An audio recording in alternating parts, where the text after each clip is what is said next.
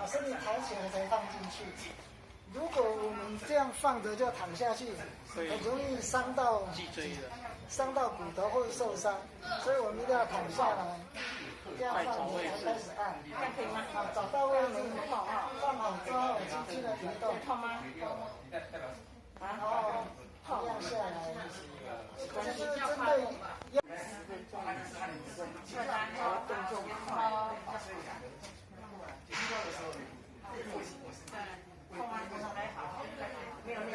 这是下背部的部分，臀部的部分就从。其实是这边痛，但是右边比较敏感的时候，右边。脚放直之后，这只脚伸直，这只脚撑着去，轻轻的转过来，找到点这样轻轻的去移动。